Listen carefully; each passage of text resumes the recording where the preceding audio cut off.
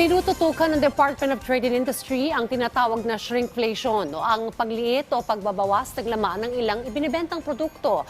Pero hindi naman nagbago ang presyo. May report si Clazel Pordilia.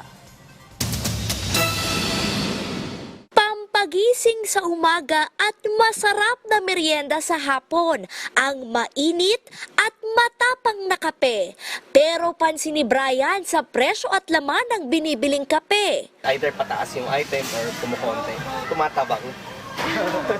Ganun yung timplahan. Ayon sa Trade and Industry Department, ilang brand na kape ang nagbawas ng timbang at presyo. Mayroon ding gumaan pero hindi gumalaw ang presyo.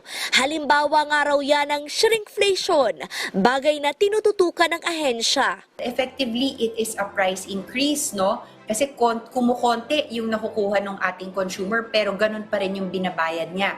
So, chine-check natin kung mahuhulog siya sa tinatawag nating profiteering. So far, nakapag-submit naman po sila ng computation at sapat naman po yung hinihingi nilang price adjustment. Hanggang piso 75 sentimo naman ang dagdag presyo sa ilang brand ng asin, depende sa laki, labunsod ng pagmahal ng raw materials, packaging at logistics.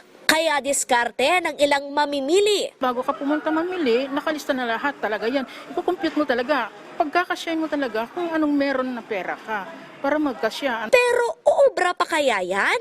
53 shelf-keeping units pa kasi ang may hiling na taas presyo ngayong taon. Kabilang ang ilang brand ng sardinas, gatas, instant noodles at tinapay.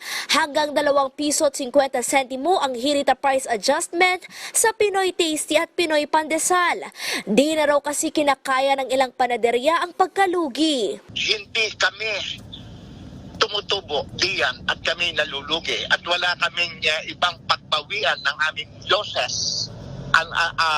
In comparison to big bakeries that they have big operation, tumigil ako for the meantime. Hindi yan sabay-sabay mag-i-increase. So kung kaya pong pakiusapan na wag buong-buo ipasa sa consumer, yan po yung talagang tinatry natin. Hindi sakop ng DTI ang maliliit na bakery, kaya abiso ni Efren, huwag nang magtaka kung magdagdag sila ng piso sa bawat primera klaseng tinapay. Halos lahat ng mga materialis namin dito ginagamit sa paggawa ng tinapay, lalong-lalo na ang gas, harina, mga pangunahing sangkap, ay halos po tumaas lahat.